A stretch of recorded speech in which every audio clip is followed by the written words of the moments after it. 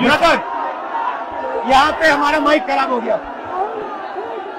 और public meeting करना मुश्किल है। जी बिल्कुल ठीक बात है। तो मैंने सोचा कि हम थोड़ा यूपी के बारे में बातचीत कर लें और आप अपना पर्सपेक्टिव हमें बताइए, हम आपको अपना पर्सपेक्टिव बताते हैं, थोड़ी डिस्कशन करते हैं। और ठीक बात है।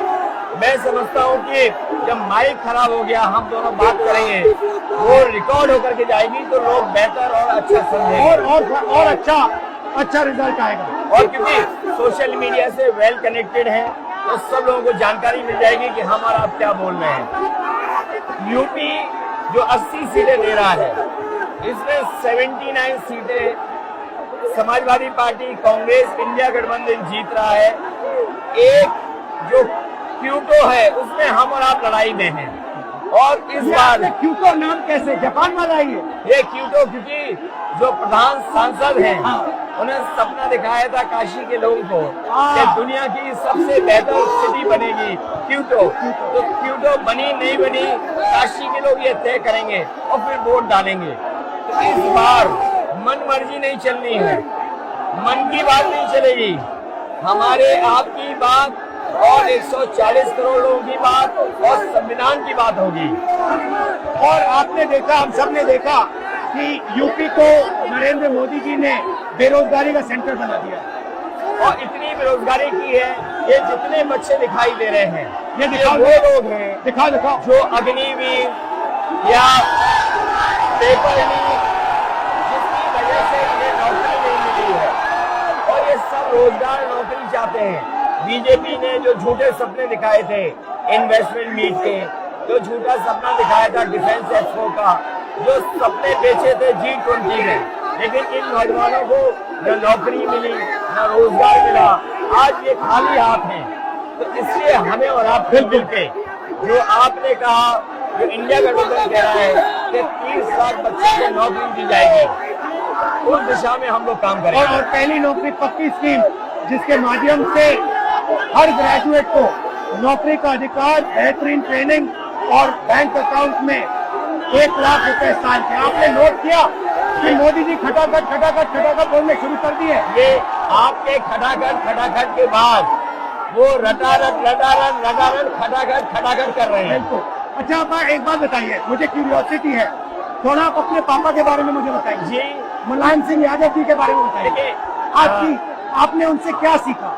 नेताजी और उनके साथ के लोग बिल्कुल जमीनी राजनीति करते रहे। हालांकि नेताजी कुश्ती, पहलवान और गांव के थे। कुश्ती नहीं, मैं कुश्ती नहीं कर पाया जीवन में, क्योंकि मैं मिलिट्री स्कूल में चला गया तो कुश्ती नहीं कर पाया। लेकिन नेताजी इसीलिए धरती पुत्र बोले गए कि वो जमीन की बात को समझते थे। धरती पर जो लोग हैं उनकी क्या भावना है उसको लेकर के वो आगे बढ़ाना चाहते थे। और आपका इस क्षेत्र से और इस शहर से आज का लगाव नहीं है, न जाने कितने सालों पुराना लगाव है। जो इमोशनल कनेक्ट आपका इस शहर और शहर से है वो शायद और किसी राजनीतिक परिवार का नहीं होगा। तो नेताजी से उनका हार्डवर्क और अपने लक्ष्य के लिए लगातार काम करते रहना, जो गैर बराबरी की लड़ाई डॉक्टर राम मनोहर लोहिया यहीं लड़े थे। हालांकि हमारी आपकी विचारधारा की यहाँ टकराव रहा, लेकिन हमारे व्यक्तिगत या जो सिद्धांत में कभी समझौता नहीं हुआ। सिद्धांत को लेकर के हमने आपके साथ खड़े हुए और कई बार खड़े हुए, और आपकी भी पार्टी सिद्धांत से बहुत करीब रही समाजवादियों के। बट मुझे लगता है कि अब एक नई तरीके की पार्टनरशिप बन रही है, क्योंकि जो इस बार हमारा कोऑपरेशन है शायद पहले ऐसा कोऑपरेशन नहीं हुआ, मतलब बिल्कुल सब जुड़ गए। सबसे अच्छा ये है कि जितना उन्होंने कहा 2 लड़कों की जोड़ी, उतना युवा आपसे, हमसे, इंडिया गठबंधन से और जुड़ गया। तो ये नेचुरल अलायंस है, और नेचुरल अलायंस इसलिए लोग महसूस कर रहे हैं कि वो चाहते हैं कि नौकरी और रोजगार मिले, नौकरी और रोजगार मिले। तो ये बड़ी भावना है कि हमसे आपसे ये यूथ कनेक्ट कर रहा है। सबसे बड़ी बात, महंगाई की चोट सबसे ज्यादा इन लड़कों को लगती है। हमारी थिंकिंग है और आपकी भी है कि ये जो 22-25 लोगों को नरेंद्र मोदी जी ने पूरा का पूरा धन पकड़ा है, उसको ठीक करने के लिए जो हमारे युवा हैं, माताएं बहनें हैं, उनको डायरेक्ट बैंक अकाउंट में पैसा देना। देखिए, ये जो लोगों के पास पैसा पहुंचने से जो अर्थव्यवस्था को लाभ मिलेगा, मैं समझता हूँ इनका भाग्य भी बनेगा और देश की अर्थव्यवस्था ही बेहतर होगी। ये जरूरी स्कीम है कि इनके अकाउंट में पैसा पहुंचे, जिससे थोड़ा बहुत जीवन स्तर इनका भी अच्छा हो। नरेंद्र मोदी जी डिबेट से क्यों डरते हैं? क्योंकि वो सच का सामना नहीं करना चाहते। पूरा उनका झूठ का गुब्बारा है। वो बीजेपी और बीजेपी के लोग मन मर्जी से चलते हैं, अपनी मर्जी से चलते हैं, और उनको लगता है कि डिस्कशन की कोई जरूरत नहीं है, क्योंकि वो सब कुछ जानते हैं। डेमोक्रेसी में जितना डिस्कशन होगा, जितने विचार एक दूसरे को हम सुनेंगे और एक दूसरे पे भरोसा करेंगे, उतना हमारा लोकतंत्र मजबूत होगा।